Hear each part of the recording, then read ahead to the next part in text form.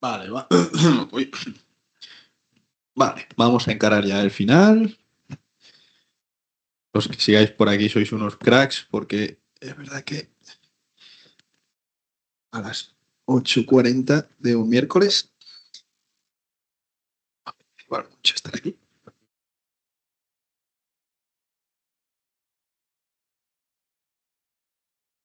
Bueno, ¿me escucháis bien? Hola. Hola. Vale. Bueno, pues sí, vamos a hacer esto más. No queda mucho, o sea, queda poco. Son unas pinceladas de unos temas que son algo menos relevantes, o sea que no os preocupéis, vamos a terminar en breves. Mirad, el primer tema que vamos a ver, que nada, son poquitas diapositivas, es el tema de lesiones del sistema nervioso periférico.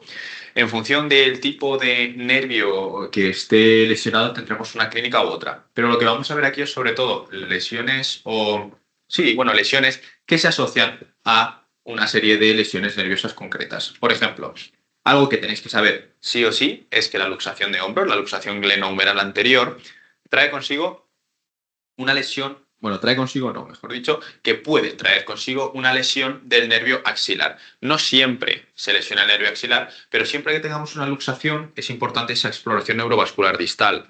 Podemos valorar al paciente la sensibilidad en la cara lateral del hombro, que es aquella inervada por el propio nervio axilar.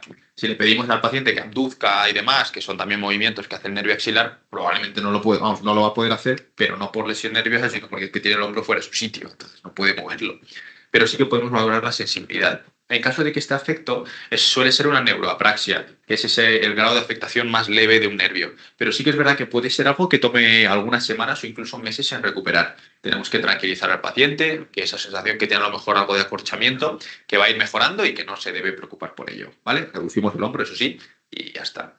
Esa fractura del tercio distal humeral, ¿vale? Eso es típicamente asociado a una lesión del nervio radial y eso trae consigo pues una mano caída. Siempre que veamos una fractura de este tipo, fractura de Holstein-Lewis, pues podemos pedir al paciente, oiga, extienda la muñeca, extienda los dedos. Y si lo hace, pues bueno, parece ser que ese nervio se encuentra indemne. Pero recordad que el nervio pues va abrazando ahí la diáfisis del húmero.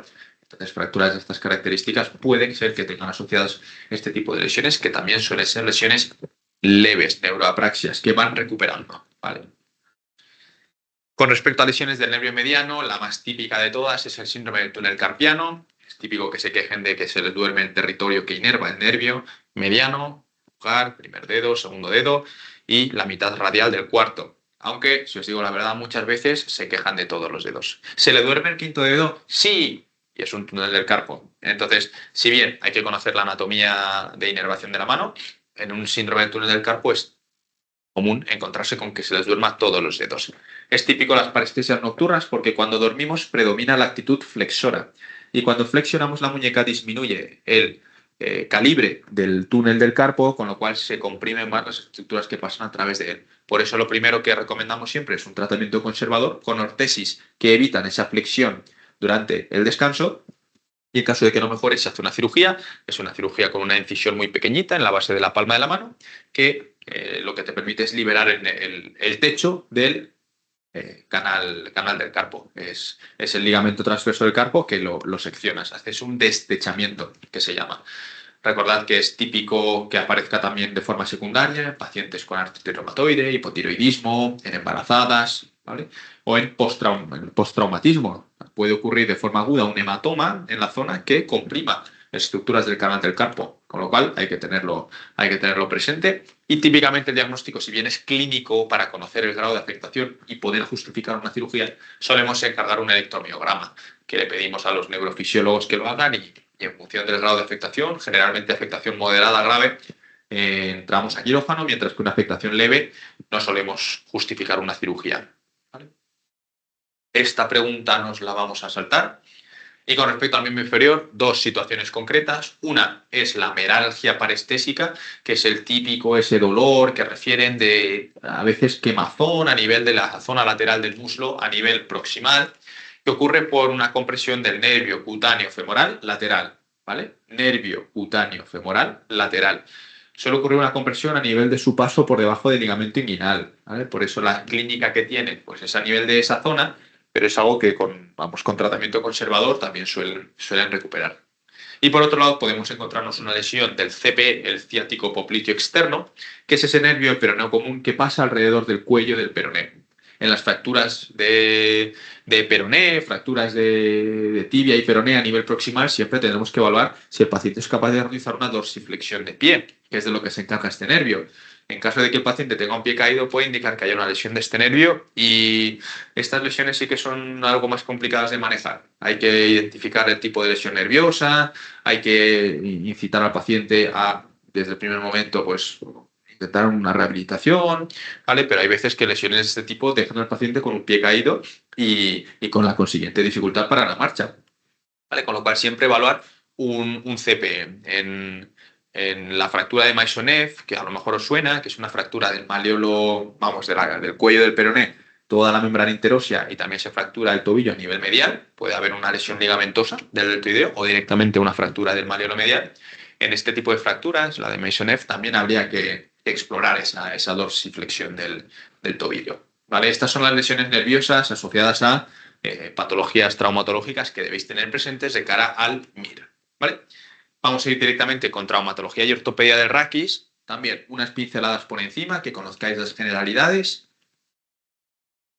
Lo primero de todo, las fracturas. Lo que tenemos que hacer antes de todo cuando sospechemos una fractura vertebral es un correcto ABCD, ¿vale? ABCD del ATLS.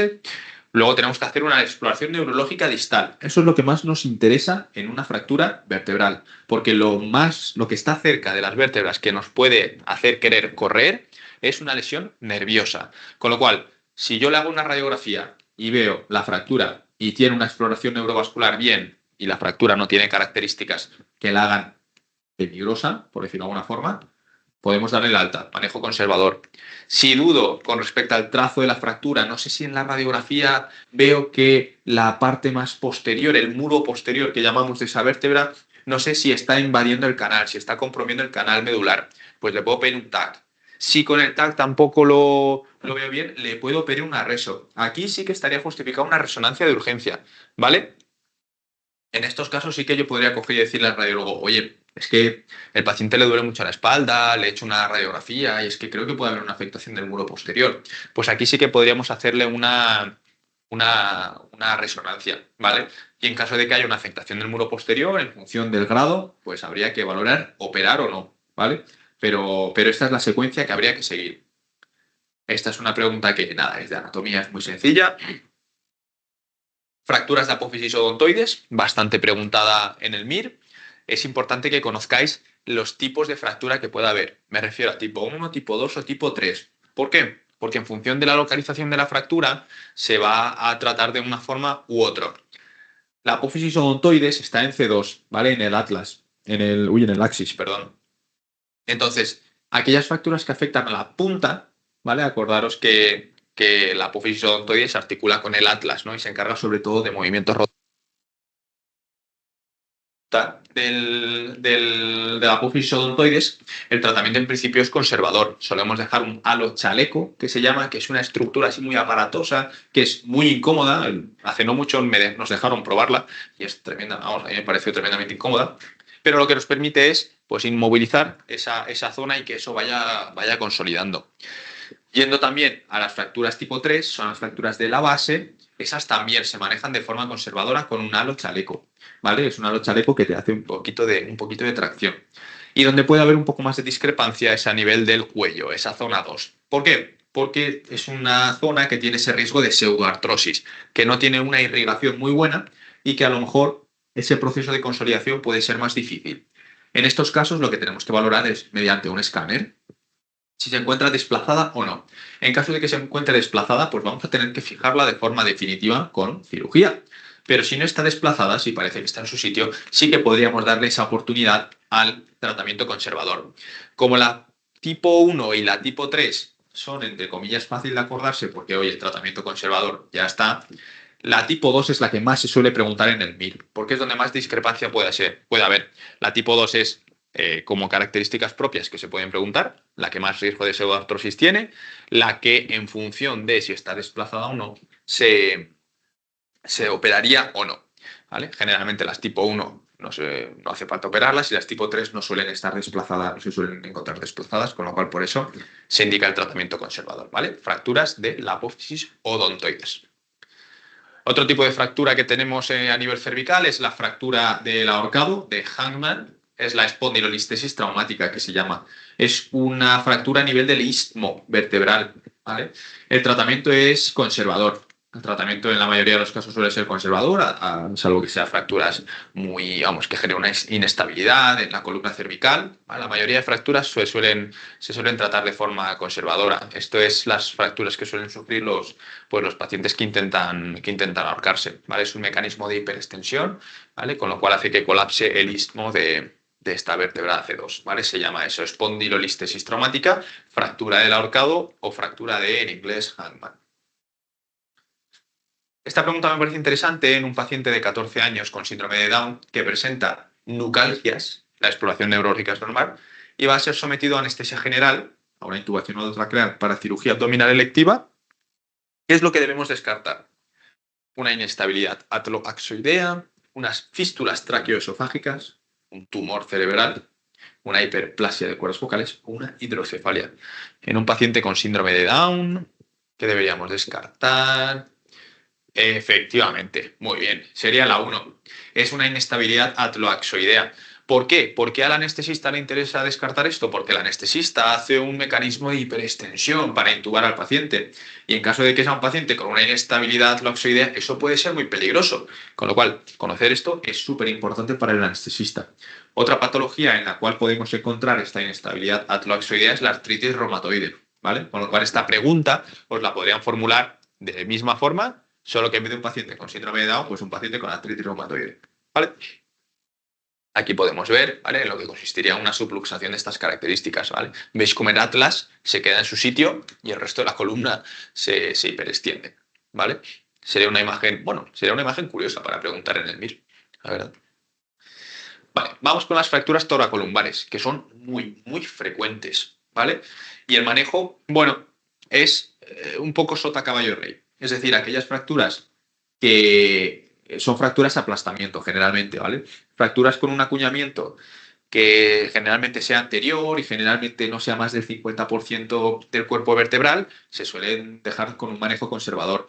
Aquellas fracturas a nivel, pues eso, de la charnela, toracolumbar, dorsolumbar, solemos indicar un corsé, concretamente el marco de Jewett, que es lo que veis en la imagen. Es una cosa así un poco aparatosa, que no es muy cómoda para los pacientes, pero lo que nos permite es inmovilizar, entre comillas, la zona. No podemos escayolar una columna. Entonces le dejamos un corsé para intentar inmovilizar eso lo mejor que podamos y que ese hueso pues vaya consolidando. Probablemente le quede el acuñamiento. Es verdad que suelen reexpandir un poco, que en agudos se puede ver muy acuñado y que luego con el paso del tiempo reexpanden un poco, pero sí que es verdad que suele quedarles un acuñamiento residual. Entonces siempre que vemos una caída en un paciente pues típico abuelo, que tiene muchos dolores de espalda, cuando hacemos una radiografía y vemos 15 acuñamientos, a veces es complicado saber si son de ahora o si son de antes. Si tenemos radiografías previas, fenomenal, los podemos comparar, pero si no, pues podemos tener esas dudas, ¿vale? En caso de que estos pacientes que les hemos dejado con el tratamiento conservador, después del plazo que les damos es 3 meses, siguen con dolor, les podemos hacer una resonancia. Y en aquel caso de que veamos pues persistencia de edema, que el paciente pues tiene mucha clínica, se puede valorar. Insisto, a veces se tiende a pensar que esto es la panacea, pero no lo es tanto. Entonces, por eso decimos que se puede valorar hacer una cifoplastia, que la cifoplastia consiste en introducir un baloncito, hincharlo para reexpandir el hueso y luego meter cemento, ¿vale? Suena perfecto, suena genial, pero los índices de recaída son altos, o sea, no es que sea la bomba, ¿vale? Otra posibilidad, además de la cifoplastia, es la vertebroplastia, que es bastante similar a la cifoplastia, solo que en vez de colocar un balón y dentro del balón cemento, se pone directamente cemento en la vértebra, a modo de intentar expandirla, ¿vale? Insisto, solo en caso de que persista con dolor el paciente, que generalmente pues algo de molestias residuales sí que se les queda, pero para indicar una cifoplastia hay que tenerlo muy claro, ¿vale? Hemos visto las fracturas osteoporóticas, pero también un paciente de 40 años puede tener una fractura a nivel toracolumbar, pero generalmente aquí son de alta energía. ¿Cuándo haremos cirugía en estos casos? Pues en caso de que presente clínica neurológica hay que operar de urgencia. De urgencia, ¿vale? Si tiene fragmentos óseos en el canal medular, hay que operar. Y eso lo vemos con el escáner, ¿vale? Si tiene una cifosis angular mayor de 25 grados, bueno, esto es algo más difícil de valorar porque depende del tipo de fractura que tenga. O si tiene una pérdida de altura vertebral mayor del 50%. Insisto, esto es algo más relativo. Lo que es sí o sí de urgencia es compromiso neurológico, ¿vale? Eso sí o sí es operar y no hay duda. Vamos a ver el tema de las escoliosis. Hay escoliosis infantil, hay distintos tipos de escoliosis. La infantil, la juvenil y la del adolescente. Por paliza, la más frecuente es la del adolescente, con lo cual nos vamos a centrar en ella. La de la adolescencia ocurre más o menos entre los 10 años y la madurez, de ahí que se llame de la adolescencia. Es típico que tengan una curva torácica derecha, ¿vale? Una curva torácica derecha. Y en estos casos el tratamiento va a depender, ¿vale? Es muy común encontrar escoliosis en niñas. Por ejemplo, en niñas es súper frecuente, pero en función de la angulación que tenga esa curva, haremos una cosa u otra. El ángulo que se utiliza en estos casos es el ángulo de Cobb. El ángulo de Cobb lo que nos permite es valorar en función del propio ángulo y de la edad del paciente el tratamiento que vamos a decidir. Pacientes que tengan un ángulo de Cobb de menos de 30 grados se decide observación, vigilar qué tal va madurando el niño y ya una vez termine el proceso de maduración del niño, pues ya en principio no habría que preocuparse, esa curva no debería ir a más. Acordaros que tenemos una forma de valorar el grado de maduración del niño o de la niña, que es con el Riser, que es el grado de osificación de la cresta ilíaca. ¿Vale? Cuando el paciente ya cumple el Riser 5, ya un poco damos por hecho que la maduración ha terminado y que por lo tanto esa curva no debería variar. Cuando tenemos una angulación entre 30 y 45 grados de este ángulo de Cobb, ahí es cuando se suele indicar el corsé. El corsé se indica a partir de los 30 grados y se deja hasta los 45 grados más o menos. ¿Qué tipo de corsé podemos utilizar? Pues depende de dónde tengamos la deformidad más importante, vamos, la jiba, la curvatura más importante. Cuando se encuentra a nivel de T8 hacia abajo, generalmente se utiliza un corsé que se llama de Boston, mientras que si es de T8 para arriba, se utiliza de uno que se llama de Milwaukee. Son un poco diferentes y se utilizan, pues eso, en función de hacia dónde se encuentra el apex, que no me salía la palabra, el apex de la curva. ¿Vale? Y ya a partir de 45 grados y sobre todo con potencial de crecimiento residual, ahí es cuando hacemos una cirugía, que esa cirugía lo que hace es colocar unas barras en el lateral de la columna y fijarlas. Y así ponemos recta la columna, pero solo tiene cabida si tiene potencial de crecimiento, ¿vale? Y algo que creo que a veces uno no, vamos, no lo tiene muy claro es el tema del corsé. El corsé no involuciona la curva. El corsé evita que vaya a más, ¿vale? O sea, si yo me pongo un corsé porque tengo una curva de 35 grados, no significa que de repente pueda llegar a curvas de 25, sino que la idea es que no vaya a más, ¿vale? Esa es la idea del corsé, ¿ok? Podemos hacer el test de Adams, que se llama, que le decimos al niño, tómate para adelante, y vemos ahí una jiba costal, ¿vale? Entonces, lo dicho, en la escoliosis, pues podemos utilizar este tipo de corsés, por ejemplo, o cirugía, pues que son cirugías, bueno, importantes, porque al final colocamos barras, colocamos tornillos y estamos operando una columna. Entonces, insisto, la cirugía tiene que tener sus indicaciones y no es algo que se haga tan a bote pronto. Y finalmente vamos a ver unas pinceladas del paciente politraumatizado, que esto depende mucho del hospital en el que estéis, lo lleva traumatología o cirugía general. En el mío, por ejemplo, lo lleva cirugía general, ¿vale? ¿Quiénes son los que dictan las reglas del paciente politraumatizado? Pues la ATLS, que es la Advanced Trauma Life Support. Entonces, lo que dicen ellos es que tienes que hacer una atención inicial y luego ya una evaluación secundaria. La atención inicial es el típico ABCD, que todos conocemos, y luego ya la evaluación secundaria, una vez estabilizado el paciente, es valorar vía aérea, si está en shock, si tiene algún trauma torácico, trauma abdominopélvico, TCE, un traumatismo / lesión medular, ¿vale? Con respecto a la atención inicial, el ABCD, pues típico de MIR, nos lo conocemos todo. Lo primero es la vía aérea con control de la columna cervical. Lo segundo, valorar la respiración. Tercero, valorar la circulación. D de disability, valorar si hay algún déficit neurológico. Y E de exposure, exposición y control del ambiente. Tenemos que desvestir al paciente, ¿vale? Por supuesto, intentando evitar la hipotermia. Con respecto a la A, valoramos la permeabilidad de la vía aérea. Lo importante es descartar que el paciente pueda tener algún tipo de obstrucción de cualquier tipo, descartar que el paciente tenga, vamos, algún foco de sangrado dentro de la vía aérea y en tal caso intentar aspirarlo o aspirar secreciones. Y la mejor forma de valorarlo es con la maniobra de elevación del mentón, ¿vale? Y lo que hablábamos antes, tiene que tener un control cervical. O sea, todo paciente politrauma que llega a nuestro hospital llega ya o con la inmovilización cervical o en caso de que no la tenga se la ponemos nosotros, ¿vale? Es un collarín rígido que llamamos. El collarín rígido lo dejaremos hasta que tengamos una prueba de imagen en la que podamos ver que no hay patología. Generalmente a estos pacientes se les hace un TAC craneal y cervical y cuando se le hace el TAC cervical, pues valoramos el TAC, el radiólogo también suele informarlo y en caso de normalidad ahí es cuando podemos quitar el collarín cervical, pero hasta entonces lo mantenemos. Y es súper incómodo. Los pacientes dicen, no me puedes quitar esto, y yo, no, porque todavía no ha salido el escáner. Entonces, hasta que salga, lo tenemos que mantener. Insisto, mejor pecar de prudente que de optimista.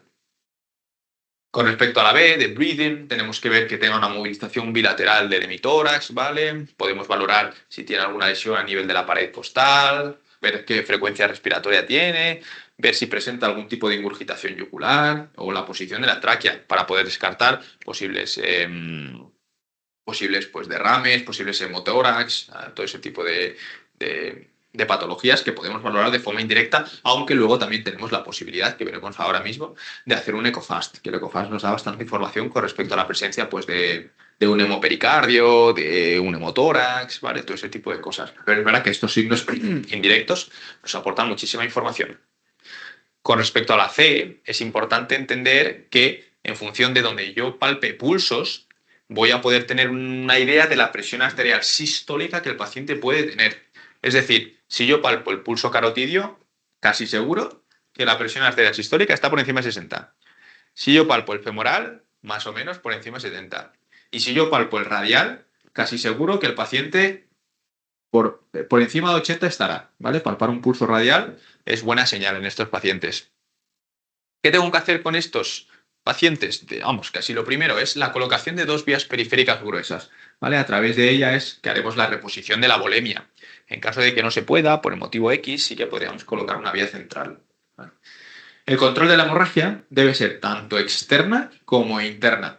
Si tiene una hemorragia externa, pues una laceración, una herida muy importante con un sangrado activo, lo tenemos que identificar y lo tenemos que controlar.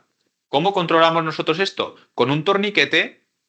No, no nos gusta el torniquete. El torniquete es algo que tenéis que utilizar en las últimas. O sea, el paciente con una amputación completa de brazo que esté sangrando a chorro, vale, pongo el torniquete, pero el torniquete lo que hace es isquemiza toda la zona distal.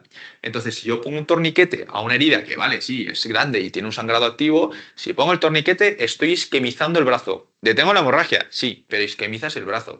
Tengo que hacer compresión. Compresión y compresión. Intentar conseguir hemostasia mediante compresión. Puedo colocar una compresita, un poco lo que decíamos en las fracturas abiertas, colocar una compresita húmeda y vendaje. Y luego ya en quirófano vemos. Pero no torniquete, por favor, ¿vale?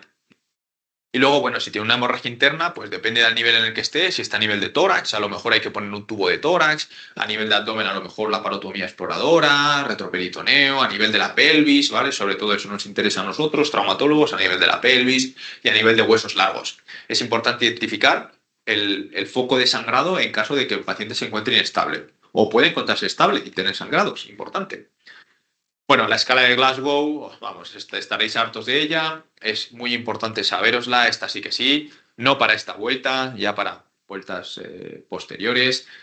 Os pueden preguntar tal cual, paciente con cuál es su valor en la escala de Glasgow. Y lo tenéis que saber, ¿vale? Esta sí que sí, es una de las que tenéis que tener muy, muy claras, ¿vale? En función de la escala de Glasgow, hablamos de, pues, gravedad leve, moderada o grave. Generalmente, pacientes graves, por debajo de esos 8 en la escala de Glasgow, son pacientes en los que se suele decir por una intubación.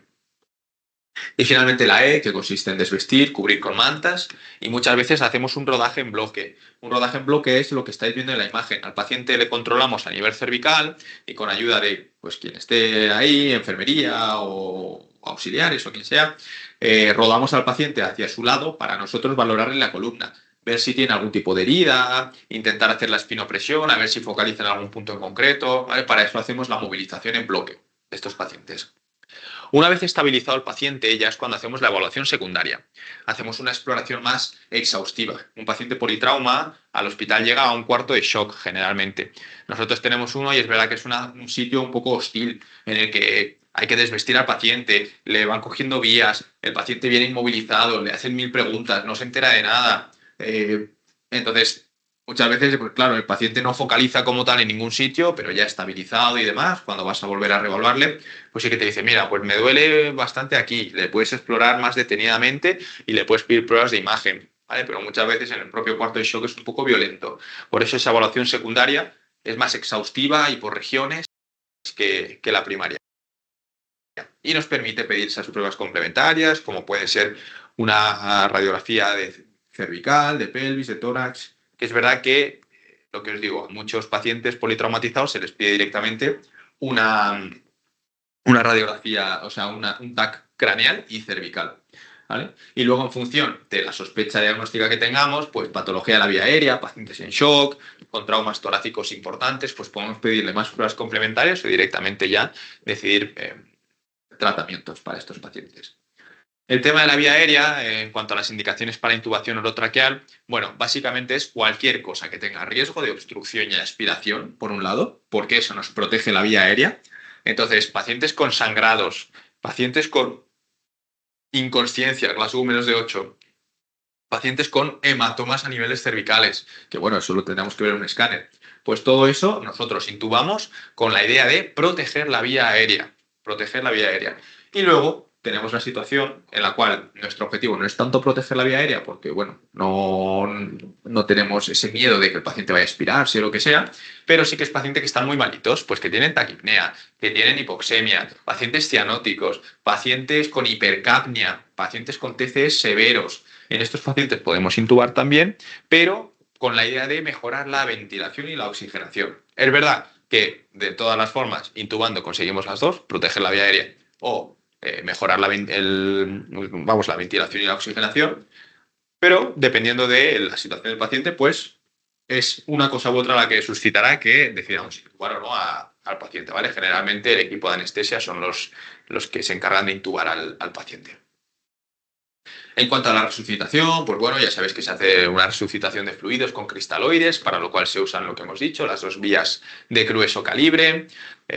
Sí que es verdad que hay cierta hipotensión permisiva en estos pacientes, pero en caso de que no se consiga remontar, sí que se activa un protocolo de transfusión masiva que generalmente utiliza un ratio de 1:1:1 con respecto a concentrar hematíes, plaquetas y plasmas. Y vamos, lo más importante de esto me parece que es el tema de los indicadores de resucitación adecuada. Cosas que podemos ir valorando que nos dicen que el paciente está saliendo de esa situación de shock o de esa situación de inestabilidad. Frecuencias cardíacas que no sean taquicárdicas, que baje por debajo de 100, que empiece a tener flujo de orina en torno a 0,5 o 1 mililitro kilo hora. El tema del lactato, que el lactato baje de 2,5 o el tema de la normalización del exceso de bases. Bueno, lo más sensible, y es muy preguntado en el MIR, es el tema del lactato, la normalización del lactato, ¿vale? Con respecto al trauma torácico, bueno, es importante valorar que no haya un compromiso ventilatorio, puede presentar neumotórax a tensión, neumotórax abierto, bolet costal. Generalmente estos pacientes que presentan un traumatismo torácico importante, en el propio cuarto de shock que os comento, traen radiografía portátil y se les puede hacer directamente una radiografía y en caso de presentar a lo mejor un neumotórax o un hemotórax masivo, se les puede colocar, en caso de los hemotórax, pues un pleurevac se puede colocar, que es una especie de tubo que aspira, o en caso de los neumotórax se puede realizar lo típico de el segundo espacio intercostal a nivel de línea medio clavicular, se puede hacer un drenaje del mismo, ¿vale? En caso de que haya compromiso circulatorio, tenemos que valorar que no tenga presentes sangrados importantes, por ejemplo, pues precisamente lo que hablaba, un hemotórax masivo o la presencia de un taponamiento cardíaco. Dos situaciones que precisarían de un manejo urgente, ya sea una pericardiocentesis o la colocación de un tubo de tórax. Vaya.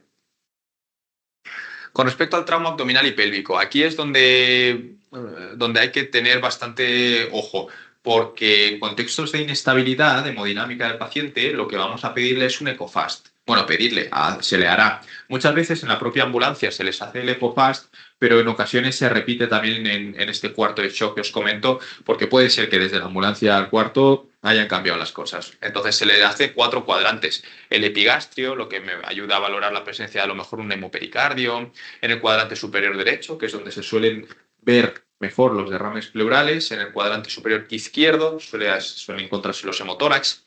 Y en la pelvis, en el hipogastrio, vaya, solemos encontrar ahí presencia de sangrado pélvico. Luego, por supuesto, es importante en estos pacientes hacerles un TAC, ya sea TAC cervical, TAC craneal, en caso de que presenten traumatismos a tal nivel. Y si sospechamos, pues eso, una lesión abdominal o una lesión a nivel de la pelvis, súper importante hacer un TAC, por supuesto. De esta forma vamos a poder valorar que el paciente presente una fractura que justifique esa inestabilidad, ¿vale? Las fracturas de huesos largos o las fracturas de pelvis son fracturas que están muy vascularizadas. Concretamente, las fracturas de pelvis, además de tener mucha sangre, por la superficie ósea de la pelvis pasan muchos plexos venosos. Entonces, no sería raro que una de estas fracturas pélvicas lesione uno de esos plexos venosos y dé lugar a un sangrado de forma de babeo, que es lo que haga que el paciente se inestabilice. Tenemos un concepto que se llama en el politraumatizado la cirugía de control de daños. Entonces, en un paciente que es un politraumatizado que se encuentra estable y tiene una fractura, por ejemplo, de episaria de fémur, yo puedo valorar de primeras hacerle la cirugía definitiva, enclavarle, ala, y me quedo tan pancho. Pero en los pacientes inestables, yo no puedo hacerle la cirugía del tirón, la cirugía de fijación definitiva. Porque en este caso, pues oye, una cirugía de enclavado femoral es una cirugía que puede sangrar, es una cirugía que puede tomar mucho tiempo. Y yo lo que quiero es algo rápido y provisional para estabilizar al paciente. ¿Qué hago en este caso? Una cirugía de control de daños, que consiste en colocar un fijador externo. Una cirugía que puedes hacer en 20 minutos, en la cual estabilizas la fractura, evitas que eso sangre y lo dejas a espera de que el paciente se estabilice y hacerle la cirugía definitiva. A lo mejor es un paciente que ingresa en la REA. Entonces ingresa en la REA con tu fijador y ya cuando el paciente se encuentre bien, pues pueden ser una semana o 2, sale de la REA y ya tú le haces tu enclavado, le quitas el fijador externo y le metes su clavo endomedular, ¿vale? Ya cuando el paciente se encuentre bien. Las fracturas de pelvis son fracturas que están asociadas a alta energía. Alta energía. Una fractura de pelvis no ocurre desde tu propia altura, ¿vale? Y las fracturas de pelvis muy frecuentemente pueden cursar con esa hipotensión. Por lo que os digo, son fracturas que ellas de por sí, o sea, tienen mucha sangre, el hueso pélvico, o sea, el hueso ilíaco. Y luego es verdad que tienen muchos plexos venosos alrededor. Con lo cual, lo importante al principio, en caso de que tengamos una pelvis inestable, como la foto que veis que la sínfisis se encuentra completamente abierta, es cerrar la pelvis. ¿Cómo puedo cerrar la pelvis? Pues en la urgencia puedo utilizar una sábana, que es verdad que es un poco rudimentario. A día de hoy hay una serie de cinturones pélvicos que se pueden poner, que se ponen a nivel de los trocánteres, ¿vale? Que siempre vienen puestos muy por encima. Se ponen a nivel de los trocánteres y lo que hacen es fuerzan la aducción de ambos miembros inferiores y la rotación interna. Entonces eso nos puede ayudar a, en caso de una pelvis inestable, cerrar esa pelvis. Es verdad que si no tenemos un cinturón así, pues le podemos poner una sábana, pero vamos, que dudo que lo de la sábana lo veáis. Aquí, por lo menos en la práctica, vamos, en la sanidad madrileña sí que se tiene el cinturón pélvico. Una vez tengamos estabilizada, aunque sea con un cinturón o con una sábana, tenemos que colocar un fijador externo, porque no le puedo dejar con el cinturón más de 24 horas porque pueden hacer úlceras por presión. Entonces tengo que colocarle algo que, si bien no va a ser definitivo, pueda aguantar más tiempo con él. Y eso es el fijador externo, ¿vale? El fijador externo, yo coloco una serie de pines, que los pines los puedo poner a través del hueso ilíaco, los puedo poner a través de la espina ilíaca anterosuperior. Y está muy guay, porque una vez metes los pines, tú literalmente eres el que cierra la pelvis. O sea, tienes los pines cada uno mirando para un lado y tú los cierras y luego ya pones una barrita y la ajustas para que no se vuelva a abrir. Entonces eres tú el que manualmente está cerrando la pelvis, está bastante bien. Y luego ya posteriormente, cuando el paciente se encuentre estabilizado, podemos hacer una cirugía de estabilización de la pelvis, generalmente con una serie de tornillos o incluso algunas plaquitas, ¿vale? Esto es lo que decía, justo después del fijador externo. En caso de que el paciente tenga una estabilidad hemodinámica, pues ya está, le dejo con el fijador y le puedo programar para la cirugía de fijación definitiva. Pero si a pesar del fijador externo el paciente sigue inestable, yo le tengo que hacer una arteriografía para ver si hay algún vaso que está sangrando y que se pueda embolizar. Pero claro, no en todos lados tenemos radiólogo intervencionista. O puede ser que esta embolización, en caso de tener radiólogo intervencionista, no funcione. ¿Qué tengo que hacer en ese caso? Pues en ese caso doy por hecho que la pelvis ya ha hecho todo lo que puedo hacer, entonces tengo que hacer un packing pélvico. ¿Qué es un packing pélvico? Esto lo hacen los cirujanos generales. Es una incisión a modo como de Pfannenstiel, como si fuese la de las cesáreas. Haces una incisión, llegas a la región preperitoneal y metes compresas. O sea, el packing es de metes compresas al fallo. Pa, pa, pa. Entonces, esas compresas lo que van a hacer es una hemostasia, ¿vale? Ya os digo, se utiliza sobre todo en casos de que la angiografía no funcione o que no tengamos radiólogo intervencionista. Se hace el packing preperitoneal. Es una cirugía que se hace, vamos, los cirujanos son unos fenómenos, lo hacen rapidísimo. Van disecando, abren planos y compresa el fallo y eso suele generalmente ya controlar el sangrado, que en la mayoría de los casos es un sangrado venoso, ¿vale? Por eso la hemostasia, que se aplica tanto, vamos, con la del packing prepélvico, preperitoneal que se llama, se consigue detener este sangrado. La escala Asia, bueno, no tenéis que saberla ahora mismo, simplemente saber que existe, habla de distintas características para definir una lesión medular. Insisto, no la tenéis que saber ahora. Lo que sí que me interesa que recordéis es que una lesión de la médula espinal puede tener asociado un shock neurogénico o un shock espinal. El shock neurogénico es el único shock que cursa con bradicardia, ¿vale? El único. Todo el resto de shocks son con taquicardias. Con lo cual, un caso clínico enorme, que el paciente te dice qué tipo de shock tiene, con tal de que veas cómo tiene la frecuencia cardíaca, ya debería ser suficiente para responder. Bueno, claro, si tiene taquicardia, pues no te aclara nada. Pero si tiene bradicardia, ya tienes que sospechar shock neurogénico, ¿vale? Hay una pérdida del tono simpático. Tiene shock neurogénico e hipotensión, cuando generalmente, si tiene una hipotensión importante, la respuesta es una taquicardia, ¿vale? Por otro lado, el shock espinal lo que presenta es una parálisis flácida, va a tener arreflexia, va a tener ausencia del reflejo bulbo cavernoso, que es muy importante porque es una forma en la cual nosotros, bueno, yo no, yo soy traumatólogo, es una forma en la que se evalúa si el shock espinal ha pasado, ¿vale? Una vez la inflamación baja y el paciente sale de ese shock, recupera el reflejo bulbo cavernoso, que se explora, pues, acaricias ahí la zona del glande, si no me equivoco, y el bulbo cavernoso se contrae, ¿vale? Es una cosa. Esta es una clasificación que, bueno, no me interesa a día de hoy que, bueno, simplemente recuerda qué tipo de patologías son emergencias, urgencias graves, urgencias diferidas, sobreurgencias, bueno, y la clasificación de Manchester, que es la que utilizamos en las urgencias, aunque es verdad que la clasificación de Manchester depende de quién esté en triaje, y a veces en triaje hay cada fenómeno que te hace lo que quiere. Entonces, la clasificación de Manchester, en principio, te permite diferenciar a los pacientes con respecto a prioridad en una urgencia. Azul es no urgente, normal, verde, algo urgente que merece prioridad por encima de los azules y verdes, sería un amarillo, un naranja sería alguien muy urgente, pues probablemente alguien que ingrese que entre por cuarto de shock, lo mismo para los rojos, paciente pues que ingrese por cuarto de shock, que necesite una atención inmediata, ¿vale? Y finalmente, y con esto terminamos, mencionar que la DGT pues, tiene una campaña, que es la campaña con el acrónimo PAS, que nos sugiere de cómo actuar ante un accidente de tráfico. Pues bueno, lo primero es la P de proteger, tienes que protegerte a ti mismo e intentar proteger el entorno. En segundo lugar, tienes que avisar, pues si tienes a gente alrededor, que se encarguen de avisar a los servicios de asistencia médica y finalmente pues ya socorrer, ¿vale? Esto ya os digo, es una campaña que tiene la DGT que se llama PAS y tienen estos panfletos que sirven pues para repasarla, ¿vale? Entonces, bueno, con esto terminamos ya esta clase. Sé que ha sido muy densa, espero que haya sido lo más amena posible, que no haya sido un tremendísimo chapas y que la traumatología ya no la veáis tanto como una asignatura que sea un tostón, sino como algo que, bueno, que puede ser aplicable a vuestro día a día. Así que nada, chicos, yo me despido por aquí. Muchas gracias a los que os habéis quedado hasta ahora, que sois unos héroes. Y ya os dejo, ya os podéis marchar. Venga, chicos, que descanséis.